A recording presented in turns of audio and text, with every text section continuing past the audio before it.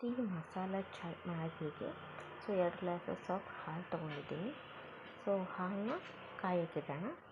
ಇದು ಸ್ವಲ್ಪ ಕಾದ ನಂತರ 2 ಸ್ಪೂನಷ್ಟು ನಾನು ಟೀ ಸೊಪ್ಪನ್ನ ಹಾಕೊತಾ ಇದ್ದೀನಿ.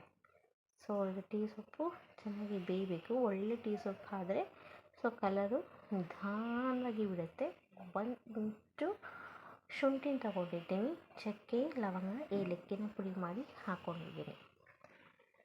ಸೊ ಈಗ ಇದನ್ನು ಚೆನ್ನಾಗಿ ಬೇಯಿಸೋಣ. ಇದು ಬೆಂದಷ್ಟು ಚಕ್ಕೆ, ಲವಂಗ, ಏಲಕ್ಕಿ ಮತ್ತು ಟೀ ಸೊಪ್ಪು ಫ್ಲೇವರೆಲ್ಲ ಹಾಲಿಗೆ ಬರಬೇಕು. ಸೊ ಹಾಲಿಗೆ ಬಂದಾಗ ಚೆನ್ನಾಗಿ ಅದು ಬೆಂದು ಫ್ಲೇವರು ಜಾಸ್ತಿ ಆಗುತ್ತೆ. ಕುಡಿಬೇಕಾದ್ರೆ ಆ ರುಚಿನೇ ಬೇರೆ. ಸೊ ಚೆನ್ನಾಗಿ ಬೇಯಿಸಿದಷ್ಟು ನಮಗೆ ಟೀ ತುಂಬ ರುಚಿಕರವಾಗಿ ಬರುತ್ತೆ. ಸೊ ಸ್ಪೂನ್ ತಗೊಂಡು ಆಗಾಗ ಈ ಥರ ಕಲಿಸ್ತಾ ಇರಬೇಕು. ಇಲ್ಲ ಅಂತಂದರೆ ಅದು ಉಕ್ಕಿ ಬಂದುಬಿಡುತ್ತೆ.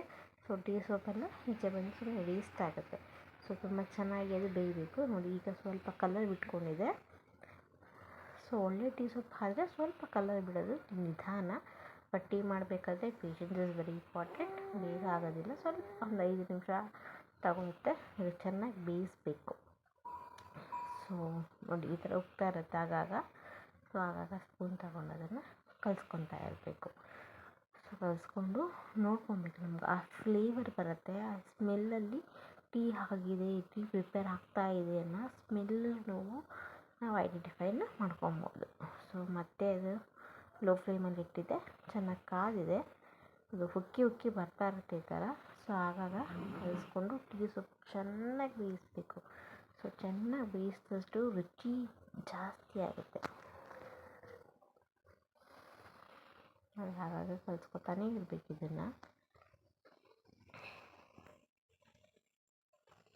ಓಕೆ, ಈಗ ಇದು ರೆಡಿಯಾಗಿದೆ. ಇವಾಗ ನಾನು 2.5 ಸ್ಪೂನಷ್ಟು ಸಕ್ಕರೆನ ಆ್ಯಡ್ ಮಾಡ್ತಾಯಿದ್ದೀನಿ.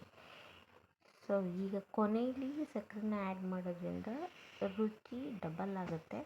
ಸ್ಟಾರ್ಟಿಂಗಲ್ಲೇ ಹಾಕ್ಬಿಟ್ರೆ ಅದು ರುಚಿ ಚೆನ್ನಾಗಿರೋದಿಲ್ಲ. ಕೊನೆಯಲ್ಲಿ ನಾವು ಅದನ್ನು ಸೇರಿಸಿ ಜಸ್ಟ್ ಸ್ಟೇರ್ ಮಾಡಿ ಸೊ ಅದನ್ನು ನಾವು ಕುಡಿಯೋದ್ರಿಂದ ತುಂಬ ಚೆನ್ನಾಗಿರುತ್ತೆ. ಸೊ ಈಗ 2-3 ಕುದೀಲಿ. ಕುದಿದ್ಮೇಲೆ ಫ್ಲೇಮನ್ನ ಆಫ್ ಮಾಡಿ ಈಗ ಫಿಲ್ಟ್ರ್ ಮಾಡ್ಕೊಳ್ಳೋಣ. ಸೊ ಫಿಲ್ಟ್ರ್ ಮಾಡಿಕೊಂಡು ಪಾಟ್ಗೆ ನಾವು ಸರ್ವ್ ಮಾಡ್ಕೊಳ್ಳೋಣ. ಸೊ ಇದು ಪಾಟಲ್ಲಿ ಟೀ ಕುಡಿದಷ್ಟು ರುಚಿ ಡಬಲ್ ಆಗುತ್ತೆ. ಸೊ ಒಂದ್ಸಲ ಟ್ರೈ ಮಾಡಿ. ಪಾಟಲ್ಲಿ ಟೀನ ಕುಡಿದು ನೋಡಿ ಮತ್ತು ಗ್ಲಾಸಲ್ಲೂ ಕುಡಿದು ನೋಡಿ, ತುಂಬ ರುಚಿಯಾಗಿರುತ್ತೆ. ಸೊ ನಾವು ದ ಟೇಸ್ಟಿ ಪಾಟ್ ಮಸಾಲ